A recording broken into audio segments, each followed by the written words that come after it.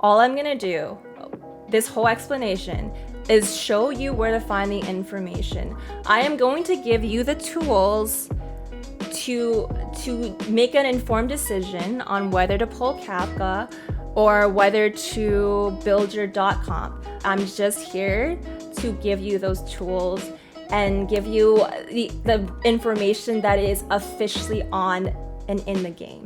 DoTs are considered debuffs. Remember the word debuffs because it will be important later. So let's just get that out of the way first. There are 7 elements in this game as of 1.2. How do you know which ones are DoTs? I will show you. I will show you right now. In this screen here, with any of your characters, I'm gonna use Walton as an example.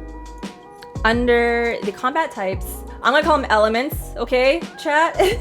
But basically, if you read this whole list here, there are only 4 elements that are DoTs, that can apply DoTs. So it's the physical here. So when you read this here, using physical attacks to trigger weakness breaks, you apply a bleed effect. This will deal a physical DoT. So physical elements can apply DoTs, fire elements can apply DoTs, lightnings can apply DoTs, and then wind can apply DoTs. So far, only 4 elements in this game can apply DoTs. Well, how else will you find this information if that's not enough for you? There is information in your tutorials. If you go here, you can also find the information right here. What happens during, let's say, I don't know, let's pick lightning, okay?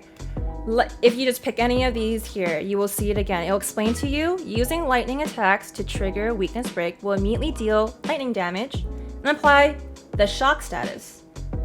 Shock will cause enemies to take lightning DoTs the start of the turn. So here it will explain to you the action order of when that DoT will be applied, so the damage when it will be applied, and it will tell you what lightning gives you.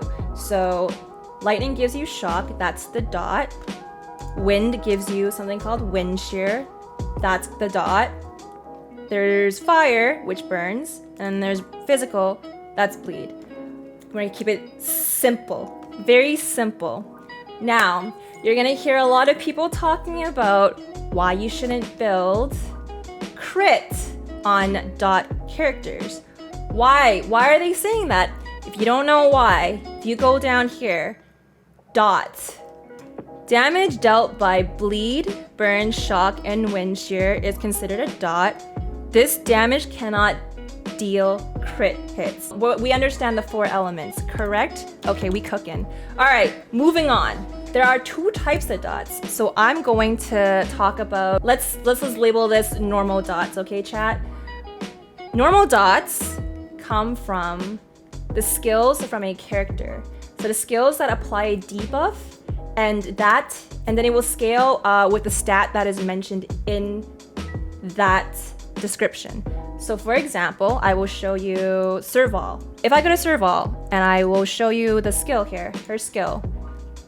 If you read it here, we'll always read it. So let's read it together. Deals lightning damage equal to whatever percentage of Serval's attack to a single enemy, and lightning damage equal to 52% of Serval's attack to enemies adjacent to it, with 80% base chance for enemies hit to become shocked for 2 turns. While shocked, okay, enemies take lightning DoT equal to, this is important, 80% of Serval's attack at the beginning of each turn.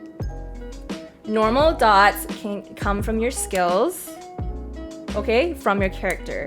It can also come from traces from other characters. Namely, Asta, we have her for free. I don't know if people build her. You should be, because she's amazing. But also, this one here, her trace. Burns enemies. Burned enemies take fire DoTs equal to 50% of damage dealt by Asta's basic attack at the start of each turn. Himeko too, another one here as well. After using an attack, notice how it doesn't specify what attack, but it says after using an attack, there is a 50% base chance to inflict burn on an enemy for 2 turns. So sometimes you'll see DoTs being applied through by a trace, or most of them will come from a skill. Under Honkai Star Rail, their wiki, you will see there's a lot of crap here. We're gonna simplify this for chat, okay? But here it is, under damage, okay? You will see this damage calculation. How is damage calculated in this game? Well, now that we know that dots do not crit, we just basically take out the crit. But basically, this is where the formula comes from for dots. And in this formula, if you just scroll through all of this, it will explain every single variable for you. The stuff that you need to take into consideration is your character attack, the multiplier under your skill, and when I say multiplier, I mean, and I'll show you here, the multiplier you find in your skills here. Namely, the bottom here, where it says, for my Serval, because she's a level 8 trace right here, she does 80%. So that's the multiplier that we're talking about, okay? So it takes into consideration her attack, her multiplier, and it takes into consideration her elemental damage as of 1.2. The only place you will get that is your orb. Where else can you figure it out if you don't know where it is?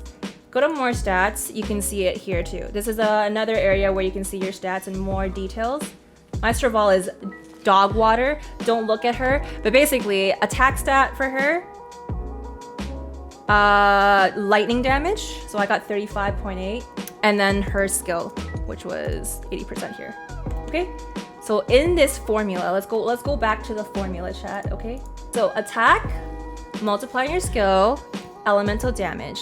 If you continue to look at this giant wall of maths, you'll also see that your character level matters, the enemy level also matters, whether there's a defense reduction or any kind of defense ignoring application also matters, whether that enemy is weak against that element, and whether that enemy still has their toughness bar up. Another thing to keep in mind too, from what I've seen, is that wind shear. If we go back to this, actually, we'll go back to this. Wind shear is stackable. It does show you this in your tutorial. FYI, wind shear is stackable. Right there, it can stack. When Dan actually breaks an elite, he causes 3 stacks on an enemy, and when he does it to like a regular mob, it's 1 stack. Because wind can stack, okay, you also need to take that into consideration with your damage formula. So let's say, for example, Sample can stack his wind shear up to 5 times. You just need to times the math, this dish math here. You just need to times it by how many stacks is on the enemy. So if you have 5 stacks, you times it by 5. So only wind stacks. But this is basically how it's calculated, minus the crit multiplier there. Because again, earlier we saw crit does not apply to dots. The key takeaway here, chat. So just focus on your attack stat and your damage bonuses. Damage bonuses can come from, let's say, your light cones. Along with like the stuff that I mentioned earlier, but sometimes it can come from your light cone. Light cones that mention a dot increase or a damage increase. Hooks, light cone. Not hooks, but this light cone on my hook. She'll show you here that she'll get like a damage increase when someone's inflicted with burn, 16% here. Things that are an overall damage increase. See, this one's a really easy one to see too. Increase dots by 24%. It'll tell you it's a dot increase. Here you go. Increases the wearer's damage to debuff enemies. Why? What did I say before? Debuffs? Dots are considered debuffs. But again, for debuff enemies, the damage dealt by the wearer increases by 12%. So there you go. It can be affected by that as well.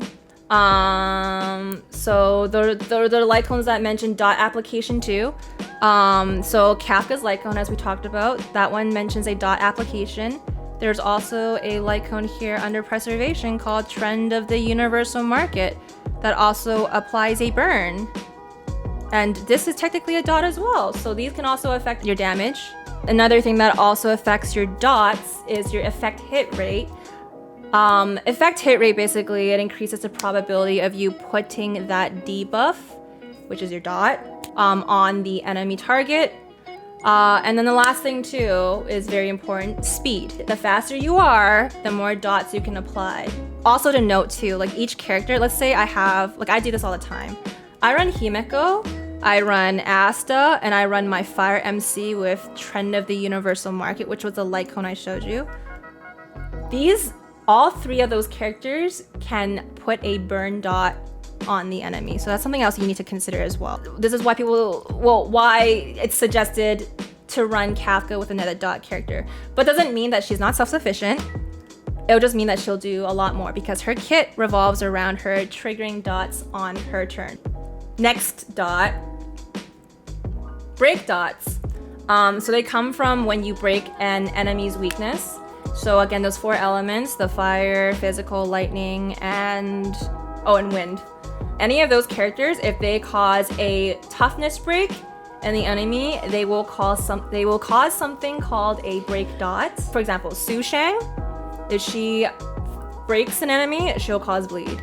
Dan breaks an enemy, he'll cause wind shear. So let's see, where do we find that information? If you go down here, something called break damage and dots, there's another entire section. We'll go through this formula, which is right here. This one's the same thing. It's affected by character level again. And now we have to consider break effect. Damage reduction, defense ignoring, enemy resistances, resistant penetrations, enemy toughness bar as well. Pretty similar, but the only thing this one considers now is the break effect. So the only thing you need to take away from this formula now is that break dots are affected by your character level and your break effect. There you go, break effect percentage, right there. That's what we're talking about when we talk about break dots. But also, just know, yes, bleed. Why is bleed the strongest one here? Because it takes into consideration the max HP of your target. And it's different when it comes to bosses or elites. You can sit here and do all of that if you want, because that's the boring stuff. And then you'll figure it out here with these multipliers. And then also, this is where you understand why character levels matter. But again, it does matter when it comes to break dots. Okay, chat, this is where you find it. The very last thing I want to talk about is people going around saying you should not build crit on your dot characters. Don't do that. It's a garbage stat. I'm gonna say it is kind of true and not true. It's not something you should concentrate on, but it's not completely useless. Crit basically triggers when you hit the enemy. That's all it is. This entire time of me talking about this is to show you the information in a legit fashion where you can find it officially in the game itself. I'm showing you the formula. And then you can go through that formula as well. Again, it's on their wiki. You can go through that formula too and verify what I said there. Just here to provide you with the tools to make an informed decision on how to build dots or what do you do with it. If you should pull for, if it's relevant, then should you pull for Kafka? Should you pull for Luca? I don't know, Sample, Serval? This is all the information I'm giving to you to make that decision.